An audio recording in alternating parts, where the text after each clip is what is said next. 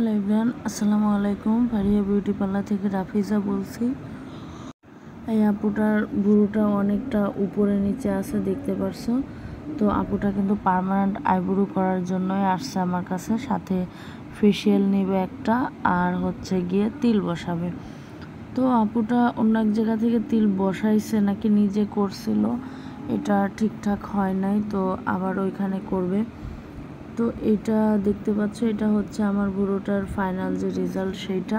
তার বুড়োটা কিন্তু অনেক পাতলা ছিল, সে একটু মোটা করতে চাইছিল, তার ন্যাচারাল যে বুড়োটা ছিল তার থেকে একটু মোটা হয়েছে। তো দেখতে পাচ্ছি এটা কিন্তু দেখতে একদমই ন্যাচারাল মনে হচ্ছে, কোনো বেশি কালো না। আবার আপুটা আমাকে এমনি বলে দিছে যে আপু বেশি কালো করবেন না, তাহলে ভালো লাগে না।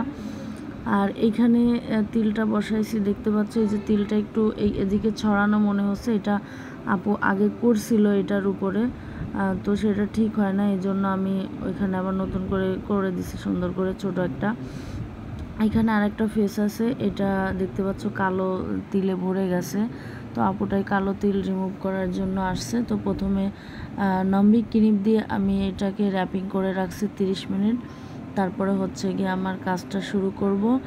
আর এখানে দেখতে পাচ্ছ যে আমি কটন বার দিয়ে সুন্দর করে ধীরে ধীরে তুলে ফেলছি এগুলা। এরকম করে আমি সম্পূর্ণ ফেসটার যে তিলগুলো আছে এগুলো রিমুভ করে দিব। আর এটা কিন্তু একদমই পেইনলেস, কোনো ব্যথা নেই, দেখতেই পাচ্ছ আপুর ফেসে কিন্তু কোনো ব্যথা অনুভব করতে পারতেছে না, বোঝা যাচ্ছে না।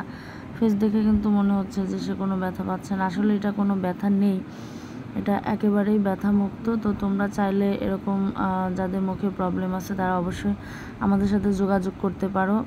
স্ক্রিনে দেওয়া নাম্বার থাকবে, সেটাতে তোমরা কল করে তোমাদের যে বুকিংটা আছে সেটাও তোমরা নিতে পারো।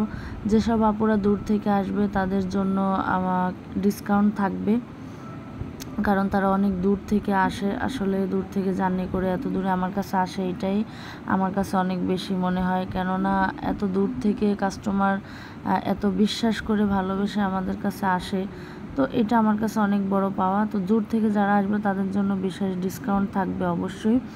তো এইভাবে ধীরে ধীরে করে তুলে নিব সব তিলগুলা।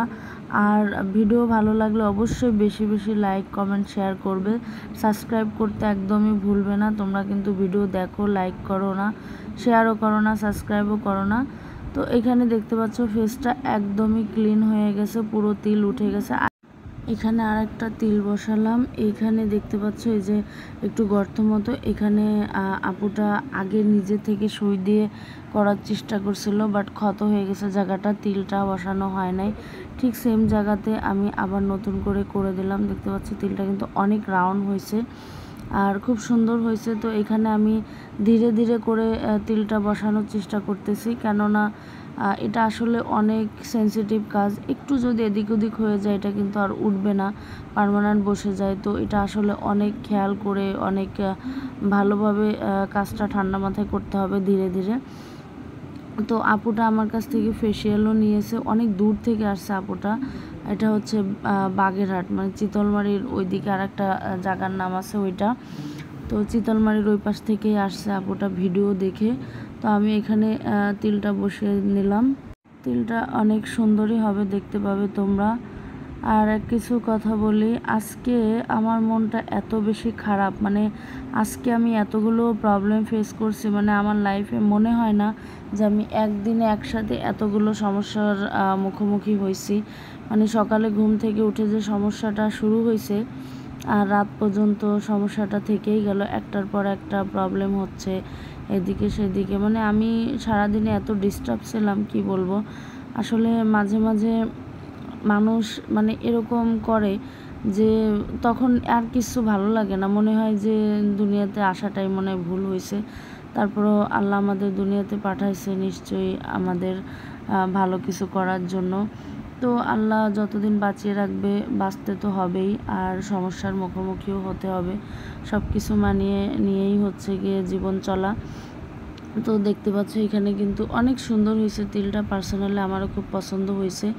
তিলটাতে আমি অয়েন্টমেন্ট লাগিয়ে দিছি যাতে তিলটা ভালোভাবে স্টে করে, কোনো ঝামেলা না হয়। আল্লাহ হাফেজ।